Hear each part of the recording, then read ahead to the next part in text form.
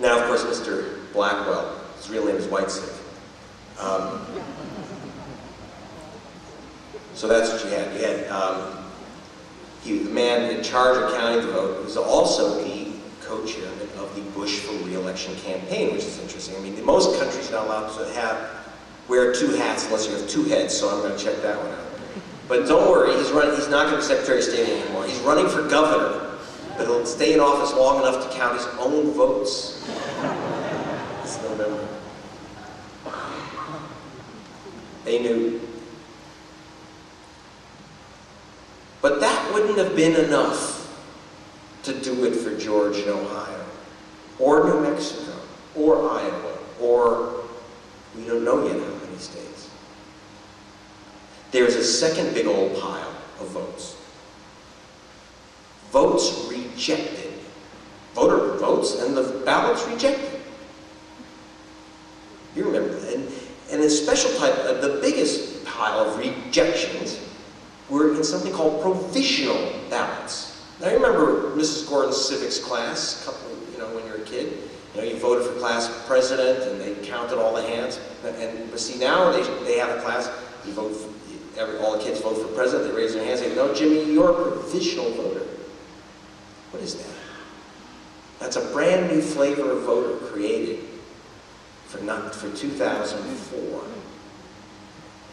See, because it was a reaction to what happened in 2000. I did the report for BBC television, showing that just before the election, Katherine Harris and Jeb Bush ordered the removal of, turns out, a total of 94,000 voters from the voter roll. 94,000. But for good reason, they're all felons. Well, of course, their only crime, apparently, for the majority, was voting while black. And it's okay. Jeb actually signed a consent decree with the NAACP, apologized, and said he'd never do it again. He did that a year after the election, and before he did it again. But the Congressional Black Caucus got a tape of my broadcast from the BBC.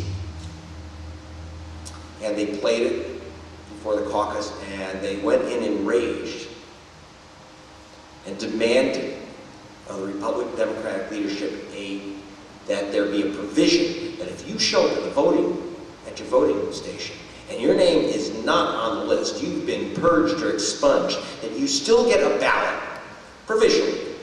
And if you are a legal voter, if you're a person who has a right to vote, then your ballot gets counted. And then something strange happened. Karl Rove said, "Great idea." Now that was a signal to some of us. You ought to reconsider. Look more closely. But the president signed the provisional ballot into law in the 2002 Help Americans Vote Act.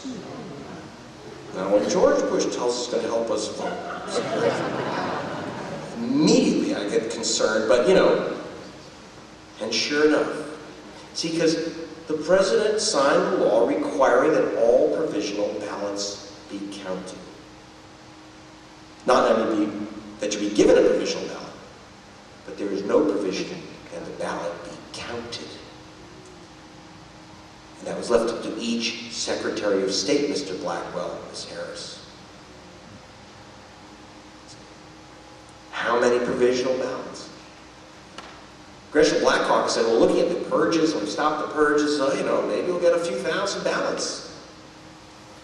3 million voters in 2004. 3 million voters were, completely unreported in the U.S. press. 3 million voters, this is the official number, were shunted to provisional ballots. And 1,090,729 voters' ballots were thrown in the garbage. 1.1 million ballots cast, thrown in the garbage. Were these illegal voters? It's a crime. It's a felony in every state in the country to vote illegally. What a crime wave. 1 million people voting who had no right to vote. So I called up all these attorney generals. How many people you bust? Well, none. Florida said, how many cases you got? They said 6. You mean you brought charges against 6? No, I said, we're looking at 6 cases. We haven't brought them. The crime that didn't happen, but 1.1 million people punished for it. Which 1.1 million? Any guesses? 88%. 88%.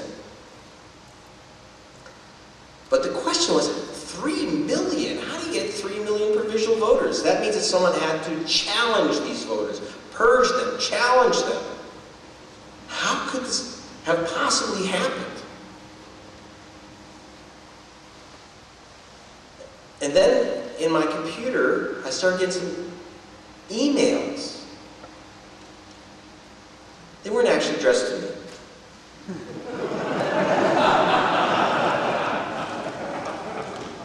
We had worked with a website called georgebush.org. And see, there was communications between the chairman of the Republican Party state committees and the Tim Griffin, who is chief political operative and research director of the Republican National Committee, talking top honcho, sending emails back and forth. And attached to these emails were lists of voters, in fact. But what happened was that someone in the organization, see, all their names were in the domain georgewbush.com.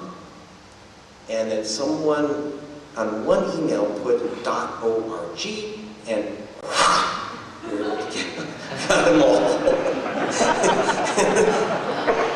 But, you know, we had like, what the heck is this? You know, it's like a bunch of names and addresses. But why would the very top level people in the party have a bunch of names and addresses of voters? I mean, you're talking, we had like 70,000 names, and we had to go through these, and we were like, literally, I mean, when you talk about the staff of Greg Palast, you have to understand, I mean, you know, sleep happens once a week. I mean, but like, this is like insane effort to match these names and addresses with maps and demographics.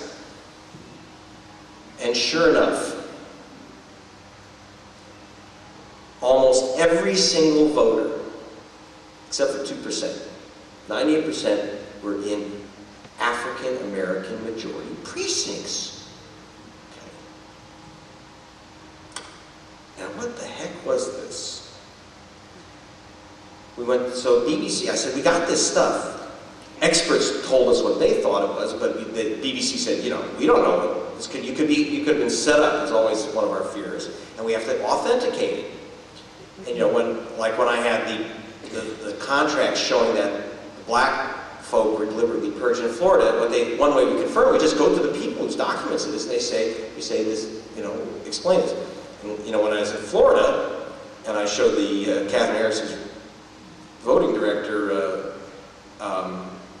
the purge list, and I wanted to ask him about it, he just, you know, ripped the microphone off and ran to his office, slammed the door, called the state police, removed me. BBC took that as a confirmation that it was his. But I thought, well, maybe he just had another appointment. Because Big Smokey's coming up. We filmed them too. So we took our cameras to RNC National Headquarters in Washington, got the door slammed in our face. We went down to Florida to the state party chairman there. And they put out their PR flag, Mindy Tucker Fletcher. And I said, missing something? There, I mean, I had hundreds of these, right? Hundreds of pages.